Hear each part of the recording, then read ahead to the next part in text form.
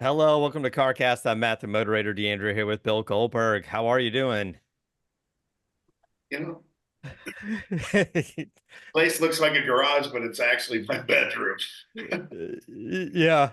I was in here Uh, till 3:30 in the morning the other night trying to school myself on Carter AFB carburetors. And it's been such a wonderful marriage, man. I can't tell you how much fun. Can you see by the excitement on my face how much fun it's somebody else who listened to the show reached out and said that they listened and heard you last week talking about the carbs, and they sent me the link. And forgive me, I forgot the girl's name, but a young girl, I don't know, she's 15, 16 years old, and she has an Instagram account all about like rebuilding those carburetors. Oh, And get her on the show. yeah, and Fuck, I think she are might you be kidding me? developing a show or something. So we should probably talk to her Please. as well because she seems to be pretty well versed in what you're going through right now. So I'll have to send you her Instagram account. It's really good. She's a talented young mechanic. Well, I don't know Jack, but I have two or three people who follow me. So if I can trade her a little bit of publicity for some knowledge, man, I'm all over that. And Yeah, I she have no problem emasculating myself with a 15-year-old girl teaching me about a car. I have no problem with that.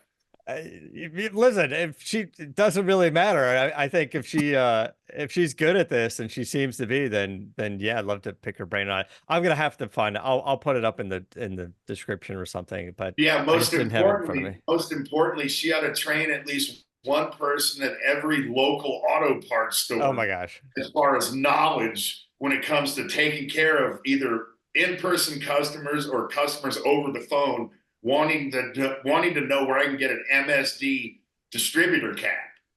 What's Yeah. MSD? What? You got to be kidding me, right? So I mean, yeah, it's a sad day.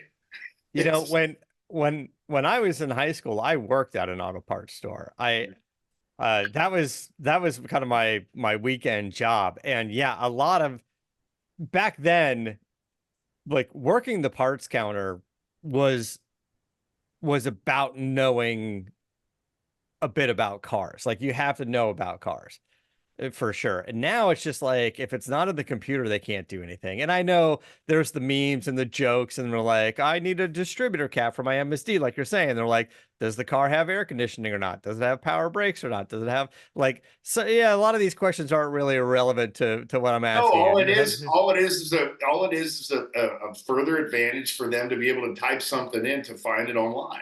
That's all yeah. it is. I Yeah. mean, you're not going to find an application for a 63 Dodge 330 factory aluminum lightweight race car on a freaking, chart for an MSD ignition. I mean, well, let me back that up.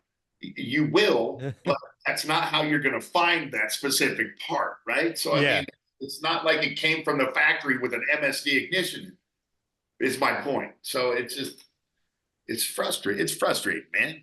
When you're an old man like me trying to learn this hobby a little bit more every day, asking a simple question like, I mean, finding a relay, uh, that was an adventure. That was an adventure in and of itself. So, you know, yeah, come on, Yeah, so kid. you're fussing around with getting this car started, and you're sort of deducing it's coming down to ignition, something in the distributor, maybe a bad distributor cap, something with the ignition box, like an MSD box.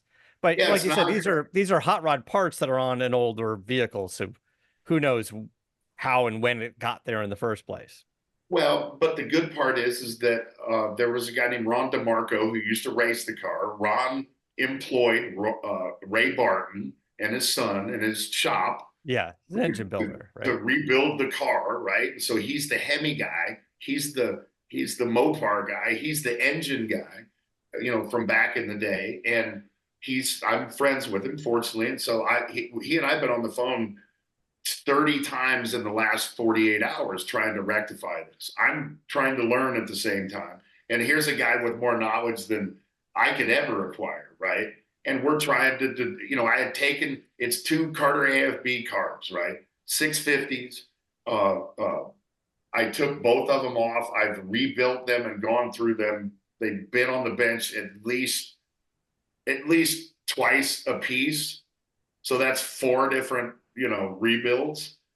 Um, whether it's float issues or whether it's, floats being stuck, I rectified all that stuff. I was very proud of myself. We got them back on the car. Got the car started. It's not keeping idle. It's not staying started. It's literally like somebody turns the power off after 5 seconds of it actually running at idle or trying to idle. And so I videoed and I sent it to Ray. Ray distributed it throughout the shop. They deduced the fact that, we're probably down a couple cylinders. We fired it up today, put the heat gun on, the headers. What do you Yeah. know? He was right. We're down 2 cylinders. So we take the cap off the distributor, sand the points down, put it back on, boom, we get 1 cylinder back. Another cylinder is a little faint, right? So Yeah. we're chasing it, right? And so that's where we're at. So I wanted to film it, this week for the show, but had to push it for another 2 weeks. But it gives me 2 weeks to rectify the problem. Right. Yeah. And fortunately, I've got the guy who built the motor, who's the best guy around to be doing what we're asking to do right at the edge of the phone. So, I mean, that's huge. Yeah. That So helps a it's a lot. fun process. I'm learning a lot. In the meantime, it's just extremely frustrating. That's all. And like you were saying, you called the auto parts store looking for a distributor cap. They don't know what an MSD distributor cap. Listen, I'm not saying that the young All of them staff. are not like that. Yeah, I'm not saying the young staff needs to know all of the part numbers that you're talking about, but it would be helpful if there was some basic knowledge for them to just go, I understand we don't actually carry MSD distributor caps, or That's it. we only have 3 on the shelf and these are the part numbers and and it's pretty generic. It's like small block Chevy, small block Ford. Like Just that's the, that's just what we the have. basic knowledge of what I'm looking for and pointing me in a direction to where I could maybe get one. That's all. Yeah, if there's something local, are there any like speed shops left? Like, do we have? I think there's there's one a in couple. LA. There's a Yeah, couple everywhere, right? But it just shouldn't be like that. That's all. I mean, I'm asking a top yeah, manufacturer, and they just don't have the staff that has even the rudimentary knowledge of what I'm talking about. Let alone pointing me in the direction to finding a solution to my problem. They don't even know what I'm talking about. So that's all. And it's older cars. It's 20 years, 30 years before they were born. Whatever. I get it. But yeah, it's still a car that's accessible to a generation right now that's a a pretty large bulk of the population in that space. I mean, we're car guys, man. And not yeah. everybody drives a 2020 something, right? Especially 50, 60-year-old guys like myself. And I guess in regards to the auto parts stores, they definitely, at least in my thought, is sort of veered away from the aftermarket stuff and just went into maintenance, service maintenance mode. Because I just remember working in shops like Pep Boys, and we still at the time, we stock some aftermarket parts, and some stuff you could you could you could still order from us. You can get, exhaust systems and Edelbrock manifolds and things like that. And a few of those pieces we had in stock, and it was a larger store in South Florida at the time. And I think here in LA, there's like the one off the 10 freeway. There's like the one like big Pep Boys, and they do have like 2 aisles. There's like 2 aisles where you can grab like a small block Chevy Edelbrock intake manifold. And I remember when you And could walk in when I lived in San Diego, you could walk in Escondido and there was a Pep Boys in there, and it was huge. It was like the size of half of a Home Depot, and you could get freaking anything you wanted, just about. It was yeah, great. and now they've definitely changed quite a bit. The Pep Boys by me, you're like, it was a big facility, it was a big building, It was and awesome. And I think they like sold the retail side to AutoZone or something. So half the building is AutoZone and the other half is Pep Boys, but it's just an installation shop. It's like tires, batteries, stuff like that. So I don't know, it's just kind of a different lay of the land. But I don't know. I guess with everything being online now, yes, I do miss the days of like having a super shops or something nearby so I can run in and grab that distributor cap that I need. Dude, if you had one of those and brought those back, they'd be slammed. I mean, it'd be killer. I don't know. It's like the Pomona swap meet, right? Yeah, In yeah. a store. I mean, it's or what I don't know. It's just you gotta cater to us, man. I mean, Um, it's a large yeah. group. So And I'm just bitching and moaning because I'm tired of smelling my carburetor cleaner and yeah, hearing my engine like pop. And, maybe having the garage on the property wasn't necessarily the best idea because it's too easy to get ahead of yourself and be there till 2 in the morning. But like, oh, I, you know, yeah, because it's Monday just night I was here till about 2:30. So yeah, yeah. it's Uh, fun, man. You know, at the end I, of the day, it's I you're remember doing that. I remember doing that in my mom's garage. man, it's fun. If you got the Yeah. time, hey, people Listen, man, this is people do this different things to put smiles on their faces, right? So, and you know, this is begrudge. the new this is the new life you chose. But you know what? Also, at the same token, right? It gives you the I don't know the great feeling of success once you're able, and you know more than anybody because you're every one of your freaking cars are always under construction. Yeah. Yeah, You're they're able sitting to do it behind me. if you're able to do it yourself in any capacity, it gives you that sense of accomplishment, right? So it's cool, and especially when you see something in your garage that's been sitting there for 15 years or 10 years, you can't access it unless you've got 5 people coming over and helping you start it and get it to the point where it's safe to be running and up to idle, whatever it is. But now I can go do it on my own, and there's a lot of accomplishment with that. That's a lot of fun. I mean, hey, it's great for me to be able to wake up and come to the garage and get the Z28, which is a full blown race car, get Yeah. it started up and drive it around the garage and make sure all the fluids are running through it and everything's it's just it's a sense of accomplishment. So I'm inching closer every day to that point, and it's fun, and that's why I have these things. Looking at them's one thing. Actually actively participate. I drove my chopper for the first time in Texas the other day. Yeah. For the first time, and I've been here for 5 years, and I've never driven the chopper. Yeah. Probably the first That time was I've ever driven it. I've driven it in 15 years, but in just the time, just the wind blowing through my hair. It's that's why you have these things. If you can't enjoy them, it's not worth it. So the older didn't you get, West Coast Choppers built that? Mhm. Yeah, Did it's a you? 124 cubic inch S&S motor on a rigid bike with a 250 rear tire, 140 horsepower, Baker 6 speed, and it's got like drag bars. So Yeah. they're literally this wide. So Yeah. imagine it's a 38-degree rake on the bike, right? And I don't know the overall length of it, but it's like turning a dually around. It's crazy. And then it's a rigid, so and you're holding on for dear life like Superman. And if you hit a bump, your ass flies off the seat, and then it makes you pull the throttle, which makes you do the Superman. I mean, it's just Yeah. crazy. Yeah. But at the end of the day, you know what you're getting once you buy a rigid bar hopper like that. So Yeah. in the beginning, it was freaking miserable. Just staying on the road and trying to lean into turns properly when it's off camber and you're going downhill and you got an 18 wheeler coming towards you. It's intimidating after years of not doing it.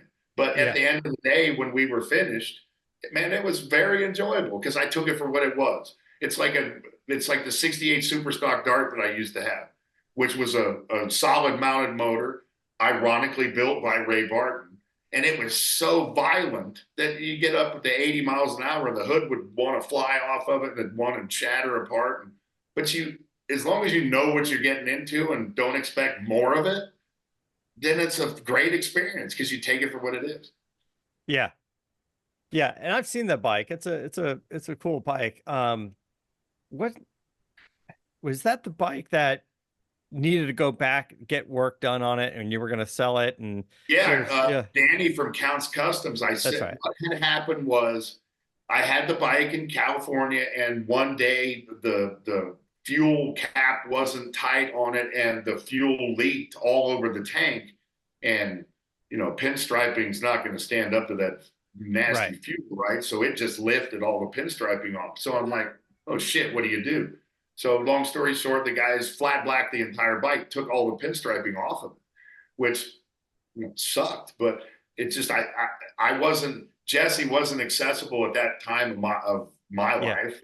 I didn't even know where he was, and so to have him fix it wasn't an option. So I chose to do that. So again, I sent it off to Danny. We were thinking about putting it in Barrett Jackson. I Right. sent it to Danny. He got the pinstriping replicated again. He did a fantastic job, Counts Customs. And but the last minute issue was the fact that Jesse doesn't impregnate, Yeah. impregnate's not the right word. Imprint. He doesn't stamp his blocks or anything, any part of he doesn't stamp the frame. He puts a tag on the frame, not a tag. It's literally a piece of paper that all the pertinent information is written down on the piece of paper. So when you go to the DMV Yeah. in strict states, they're going to go bullshit, right? We've got to have the serial number on the frame to know Yeah. It's got to be exactly what it is. engraved on there Because somewhere. anybody can Yeah. put a piece of paper on it and write it down on it, right? So that was an issue. So we pulled it from the auction, and thank God we did, because it's my favorite bike. And then it sat with Danny for, I don't know, a year and a half. And the garage got built. A year after the garage gets built, it arrives probably 2 months ago. But yeah, it's like I say, as long as you understand what you have, it's like taking a dragster out to the freaking grocery store and expecting it to be comfortable. Yeah. Right? It's not what it's meant to be. So it was a lot of fun. Yeah. Well, I'm glad you got it there and it's running, and it's, and like you were saying, it's like at the time you were thinking sell it, but now that you got it back and you kind of got on it, maybe hold on to So it for a glad. little while. Yeah. And it's a cool art piece as well. And it's cool to have it. It's going to be something to have a Jesse James bike in the Oh future. yeah. If it's, I mean, it is already, but it's going to be something more to have a Jesse James Hey, bike. if not, take and hey, Jesse and I have had our issues. It's whatever. It's like a relationship, good, bad, or indifferent at times. But you cannot take away the fact that in the beginning, when he did have his hands on everything that he did there, Yeah. everything that was done there, he's a hell of a craftsman. I mean, Oh yeah. he's got the guy's freaking awesome. And it's a basic bike. It's a rudimentary bike. I look at it like the race car, right? There's only stuff on there that's pertinent to the function of the bike. There's nothing hanging off of it. It's not it doesn't have dingle balls hanging off of it. Yeah. It's a purpose-built, badass, raw bike. It's like an old panhead or whatever. It just is what it is. Yeah. It's Yeah. cool. And the craftsmanship is what makes it what it is, right? And so I used to have it in the middle of the living room in California. Yeah. All right. So we were gonna bring Mr. Cartoon on. So let's just hang out for 1 second. I'm just gonna bring him in, and we'll chat with him. All right, guys. Thanks for that. We're here with Mr. Cartoon. Cartoon, good to see you. Good to see you guys.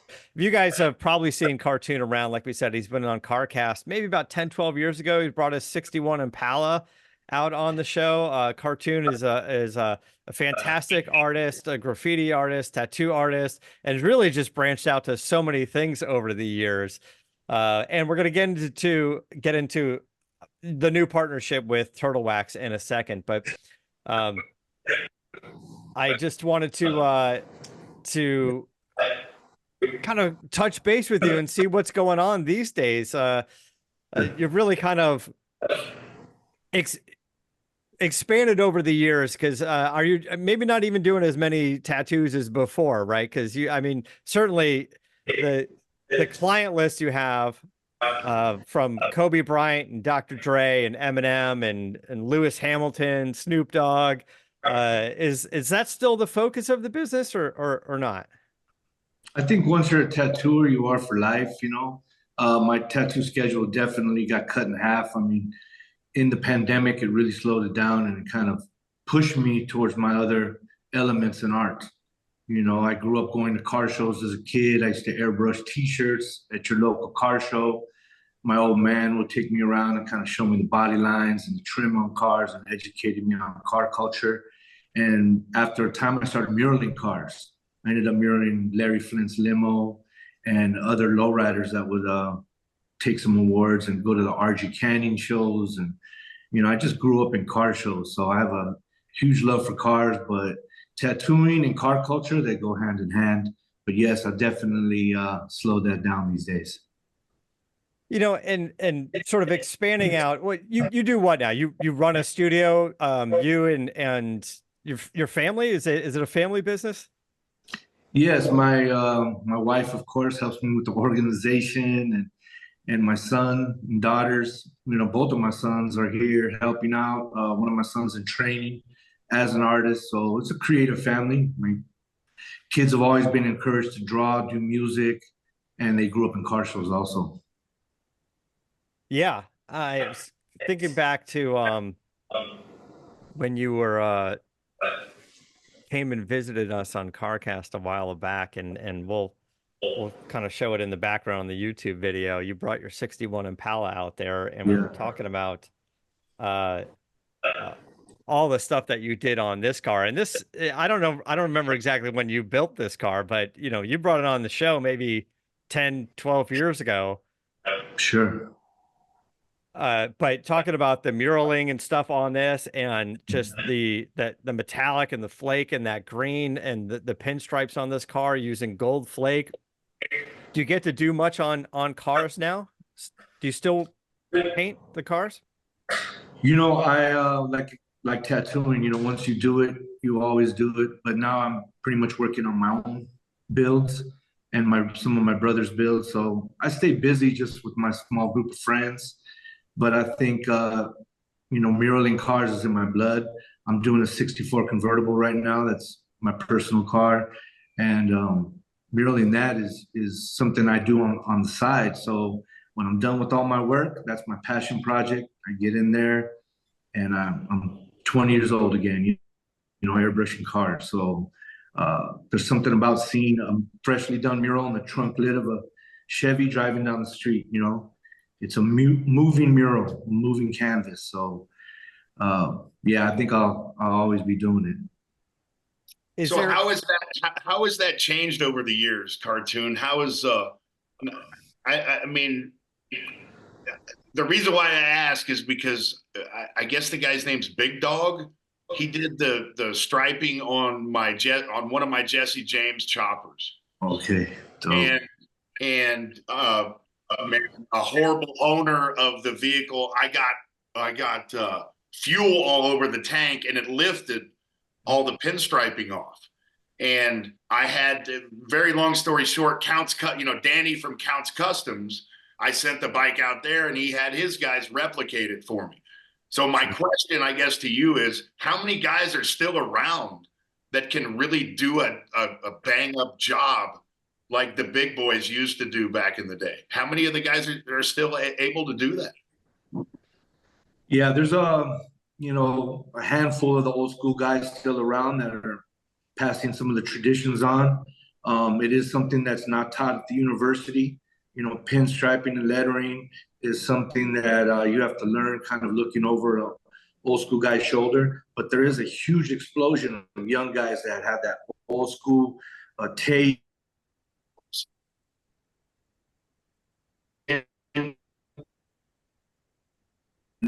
They're, they're phenomenal. You know, Philip Fine, Loki, bunch of guys out there that are really and all live. And that's why I'm teaching my son too how to mural cars. That's awesome. Keep the movement alive, my friend, because Way to learn. stuff like that ends up dying along with us. We end up taking stuff like that to the grave. So if you can pass it down, that's an awesome attribute. Guys.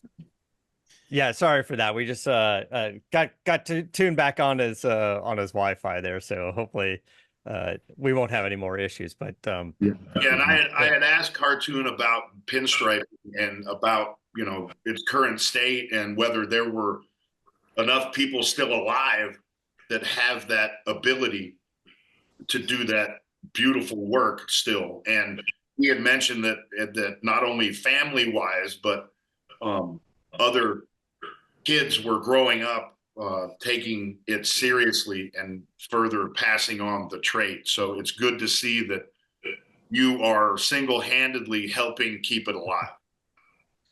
Yes, I mean, thank you for that compliment. There's a lot of youngsters out there doing it, and with social media, it really expands it.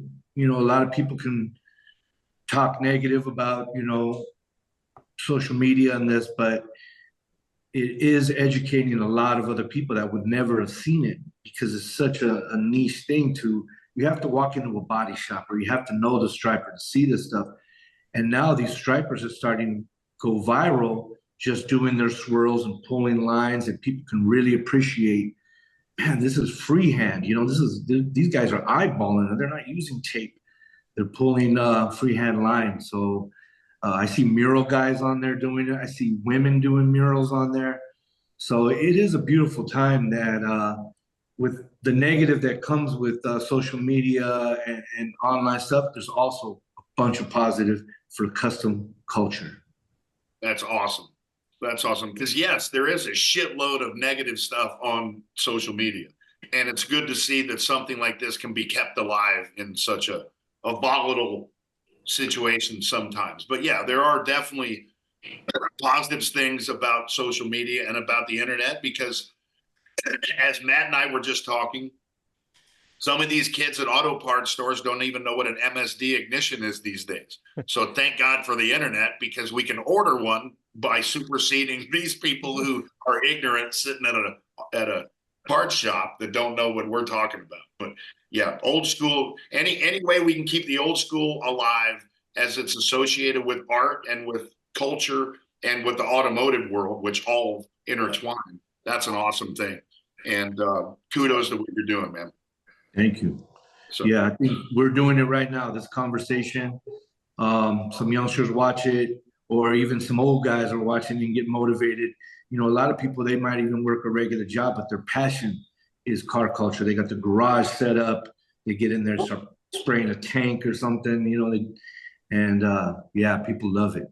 Well, here's an example, all right? I've got 40 cars. I've had hundreds of cars throughout my life, but I've never been really able to go out and do a lot of the work on my own. Now at 57 years old, I'm tearing carburetors apart and learning how to rebuild them and do other stuff on my vehicle. So therefore, now I'm an active participant and I'm growing and learning even at an older age. So yeah, it's kind of an analogy with like passing the pinstriping or tattooing down. So it doesn't matter how old you are, you can always pick up a new trait. That's right. That's right. Yeah, Cartoon, let's talk a little bit about the partnership you've got going on with Turtle Wax now, because we were talking about bringing the young generation in and the love of cars. Why partner up with Turtle Wax at this point in the career? Well, you know, I absolutely have a huge passion for cars. I have several show cars, and you know, I drive a '96 SS Impala as a daily driver. You know, and that's actually on my old school insurance. So that was my first brand new car with '96 Impala. Yeah, that's one right there. And you know, maintenance. You know, maintaining your paint. Maintaining your interior. You know, I would do these murals on cars and then I would have to maintain them. I'd have to wax them and polish them and keep them up. And I started to really pay attention to the products I was using. And my old man gave me that Turtle Wax can, that Carnauba can when I was a kid. And you'd have a little sponge and you do those circles and wax on, wax off. And I fell in love with it. So when it came time to jump into the space, no better person and company than Turtle Wax, who's family owned, still, and they really, really have passion like I do. And they have the laboratories, they have the distribution down. I don't have to torture myself with that. I can focus on the artistic part. I can focus on the product and really focus on disrupting the industry. You know, you walk into an O'Reilly's and I look around and I'm like, man, you know, I want to put my mark in here, and I'm going to take what I've learned in fashion and car culture, customizing, and bring it and put it on a bottle. All the fonts are hand done. Everything about it is the way I normally do my other artistic projects, and I know that inside the bottle is top tier technology. The products that you've teamed up with to create with Turtle Wax, the different waxes and tire care and the new metal polish and the new wet and dry quick wax. The Yes. bottles themselves are almost collectible in my opinion because of the artwork you've been doing for the, you know, just for the containers alone. Really, really cool stuff. Thank you. Thank you. Yeah, that's really important for it to jump off the shelf, and the disruption of art. And you can collect these because we will be flipping the labels up and changing them. So like a limited edition run here. And the more people kind of look at it, they can say, oh man, even the wheel on here has been hand drawn. So keeping that alive in this world of technology, like sitting at a table and actually drawing something. And that's what I feel is like the soul behind of car culture, you know, is that hand done touch. So it's a real dream of mine coming true. Doing these interviews is a pleasure for me on this, you know. It's great for me.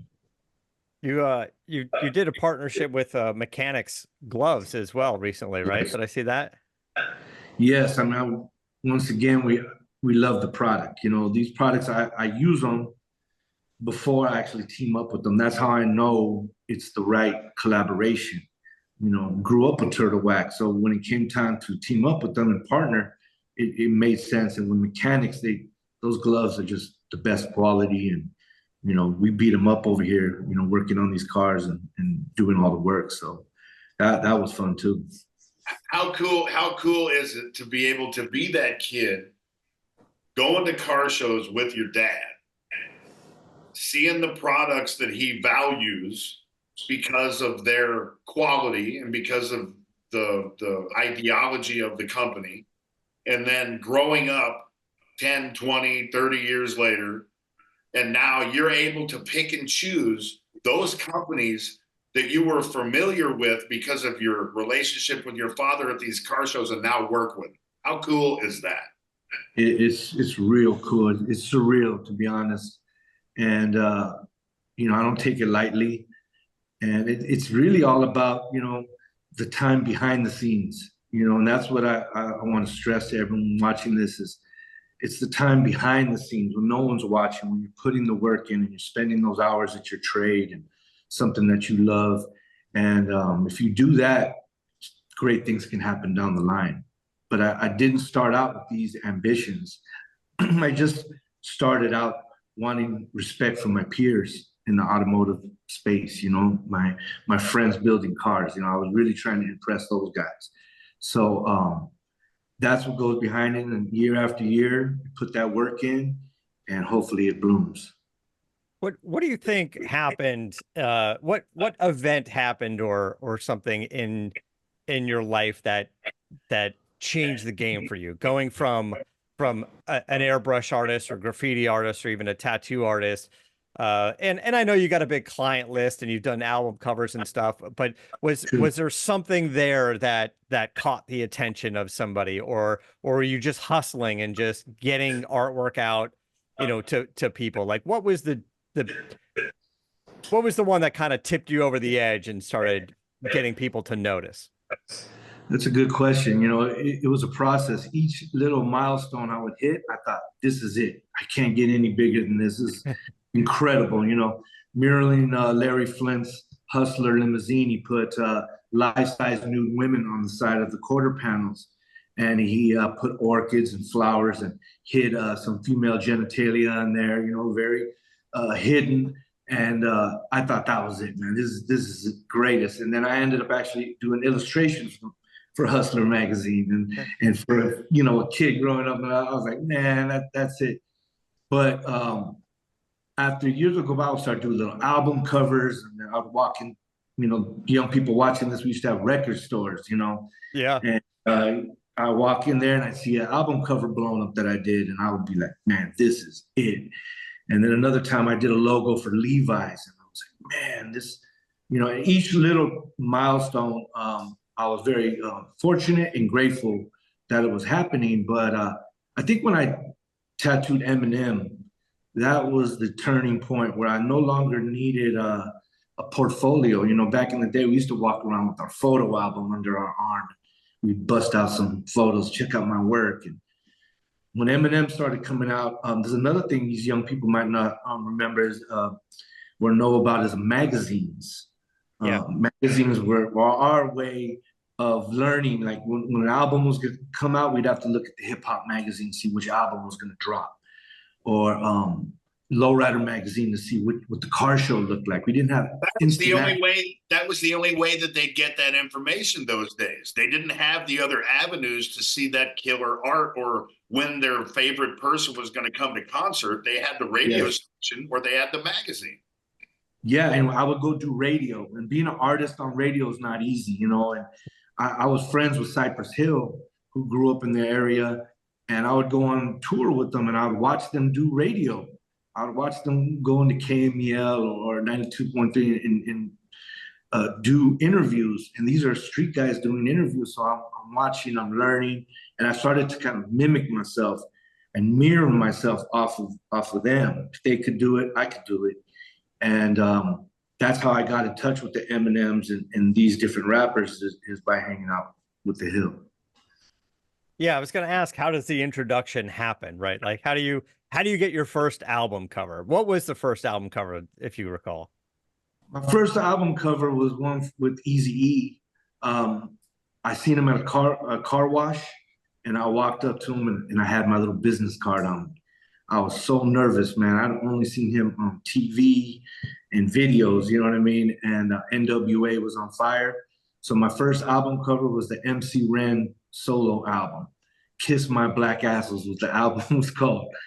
And from there, it gave me a little bit of confidence seeing that. And I hadn't been to art school or college for that. I took 1 year of sign graphics at LA Trade Tech, and that set me on my way. But I thought I was going to be a sign painter. So, I took my sign painting skills and did the lettering and ended up on an album cover. So you really never know where you're going to end up. So just kind of do what's in front of you, right? And love what you do and be passionate about it and try to put out, the best quality you can, and things start to line up. But sometimes you might have to walk up and introduce yourself and cold call, as we used to call it. Yeah. How old do you think you were when you did that at the car wash, walking up to Eazy-E? I think I was 20 years old. There you go. 20 years old. And my mother and father had a little mom and pop print shop. So they made me my little business cards, So I actually had that going, I'm very fortunate that, I had a good mother and father that are creative people and, blue collar worker, but, they loved art. But they never dreamt about being an artist, but they knew how to draw.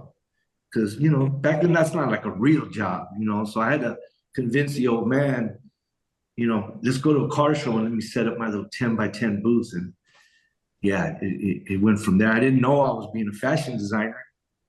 I was just airbrushing t-shirts at the car show. But when I ended up in Fashion Week in Milan and I went to Tokyo, they were like, how long you been a fashion designer? I was like, what? You're like, what? As of now. I just found out, Yeah. So, yeah. Thanks for telling me I'm a fashion designer. We just made it happen. I throw that loosely, Yeah. Listen, it's what I love about it is, in your story, is you took a love of art and you turned it into so many different things. Like you said, muraling cars to tattoos to, even the bottles, the turtle wax products, and just so many different avenues. And so it's not, it's the love of art, not necessarily one medium of the art. It's not like, you know, I'm a tattoo guy and I'm just a tattoo guy and I'm the best in the world at tattoos. And and that's great. But then expand to the other things. Like we in the automotive community, we see it with designers within the automotive world, like Camilo Pardo and even Chip Foose. And Chip Foose is Yeah. designing buildings and movie sets and but he still goes back to his cars and loves his cars and designs and builds cars for people. But so many other things that he does as a love of art. And I see that you do so much of the same thing. Yes, those guys are great names you just said and inspirations. If you give me a chisel and a rock, I'll get something out of it. You know, I'll draw my name in the sand with script writing. You know, I'm gonna whatever I do, I want to do it. I'm an optimist. You know, due to my parents are optimists, but I have failed a bunch also. You know, I've fell on my face. Succeeding is a lot about failure. Yes, yes. You know that if you don't fail, then you know you're not given the circumstances of having to dig your ass out of a hole, and that molds you as a person. And you know, it's been a pleasure to have you on today, man. I Thank you guys. nearly enough about you as I do now, and just as an old school guy, I greatly appreciate what you're doing for the younger generation, and you're setting a great example. You're showing that you're not pigeonholed to one specific community, whether it be the tattoos or whether it be the mural, the automotive, or whether it be Fashion Week, man. You know, go keep kicking ass, man. It's been an honor.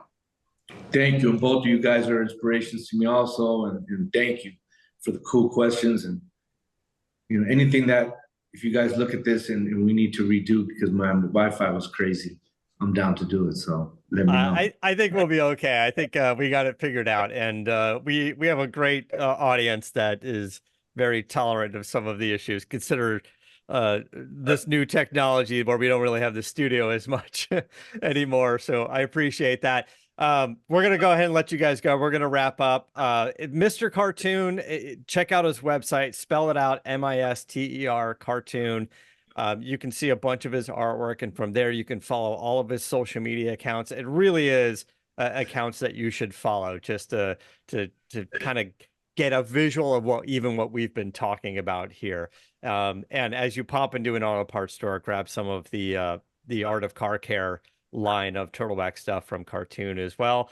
And I know it's been a long time since you've been on the show, since you've been at the studio, like we said, about 11 or 12 years now, but we're gonna have to do this again soon because you definitely got so much going on, and there's more to talk about. We're just kind of running out of time here. Yeah, thank you guys. But guys, thanks so much for being on the show, and until next time, keep the air in the spare and the bag in the wheel. Yeah.